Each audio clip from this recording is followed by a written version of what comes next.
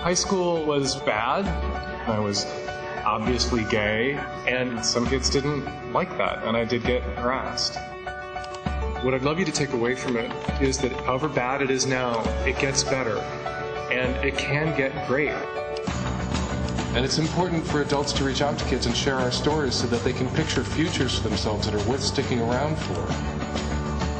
Life can be amazing, but you have to tough this period of it out, and you have to live.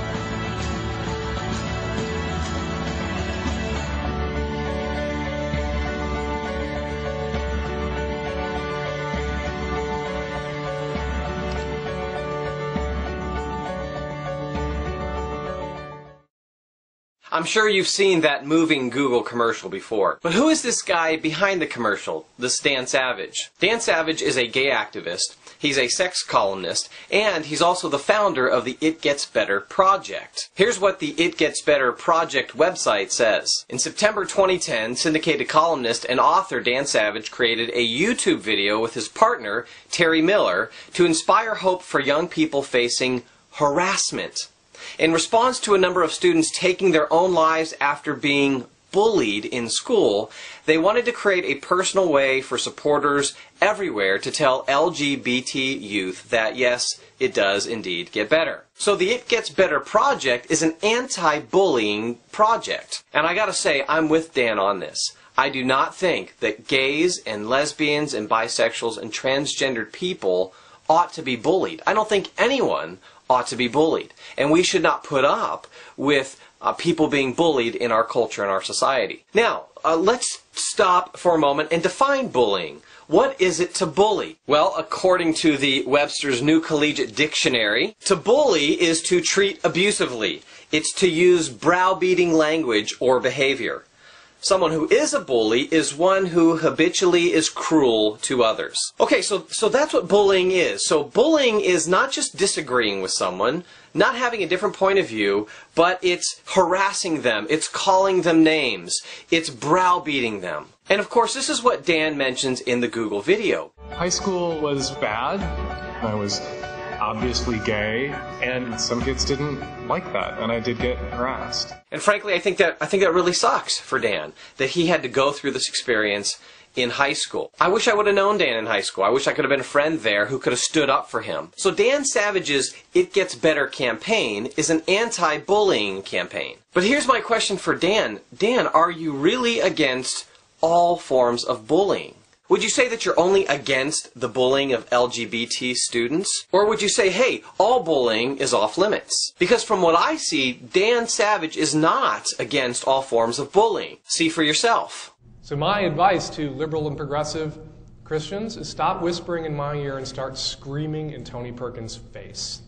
The point that I always make, you can't convince the knuckle-dragging bigot. They're grifters and scumbags, the Bachman. Is this the douchebag? Right. Who said that? But if the guy's a complete and total douchebag, he should go. In front of your house, in full view of passing right-wing bigot Fox News aspiring presidential douchebag candidate. That's why I'm here raising money for Philadelphians Against Santorum to help them defeat the bastard. Carl Romanelli should be dragged behind a pickup truck until there's nothing left but the rope. What advice do you have for Mr. Romanelli? Mr. Romanelli can go. That's my advice for Mr. Romanelli. Now, here's what Dan said recently at a high school journalism conference. We can learn to ignore the bullshit in the Bible about gay people the same way. So you can tell the Bible guys in the hall they can come back now because I'm done beating up the Bible.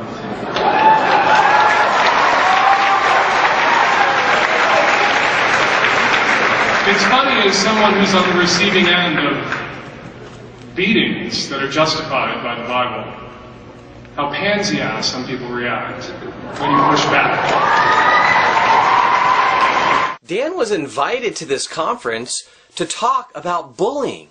But here you have Dan, an adult in his mid-40s, now bullying Christian students who are at this conference. Dan is doing the very thing that the It Gets Better project was designed to fight against. You've got a grown man who is bullying and harassing high school students. He's calling them names. Of course, he's not picking on all high school students. He's singling out students who are Christians, who believe in the Bible. Elsewhere, Dan has said he doesn't discriminate against Christians. And I told him he didn't have to be Christian either, but I wouldn't discriminate against him for being a Christian.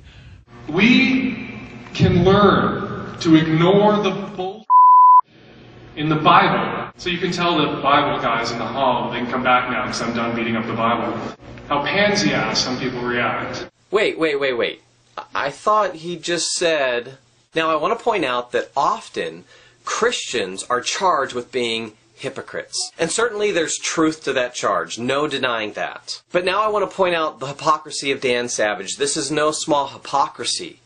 Dan is the founder of an anti-bullying campaign. But here we have Dan talking to high school students, the age group that his campaign is supposed to help, and he singles out Christian students to bully. And so what we have here is hypocrisy at its height. And just like Christians or politicians or anybody who's a hypocrite, Dan loses his moral authority. When he stands up and says that we should not bully LGBT students, it means nothing coming from him because he turns around and then bullies other people. But then secondly, Dan is kind of using the Bible to jump off into his bully pulpit, and Dan gets the Bible wrong. Let me ask this. Does Dan ignore the laws of England?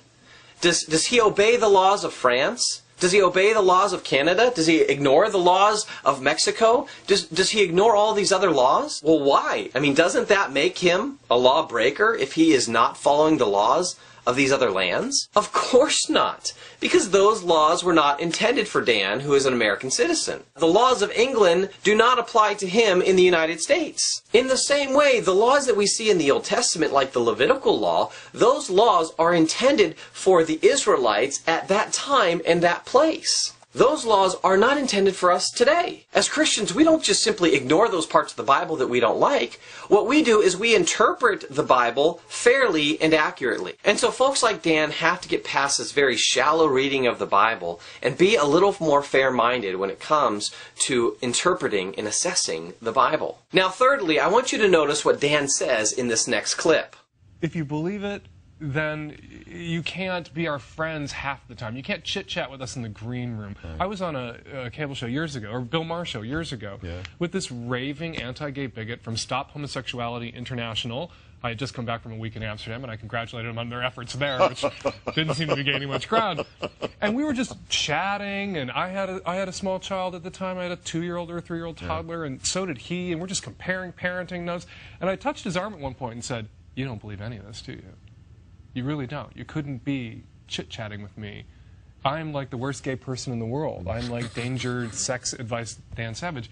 Why aren't you calling Child Protective Services now that you've heard that I have a child? Yeah. That my husband and I are raising together."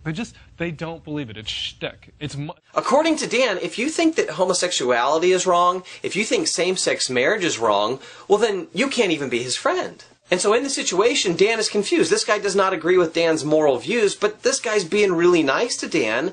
And so Dan thinks, well, then the alternative is that this guy doesn't really believe what he says he believes because he's being nice. And I think what's going on here is that Dan has a false view of tolerance. He has a view of tolerance that says, if we're going to tolerate each other, we have to agree with each other. We have to give approval to everyone's ideas and their behaviors. But that is not classical tolerance. Classical tolerance says, hey, look, I disagree with you on these important issues. But you know what?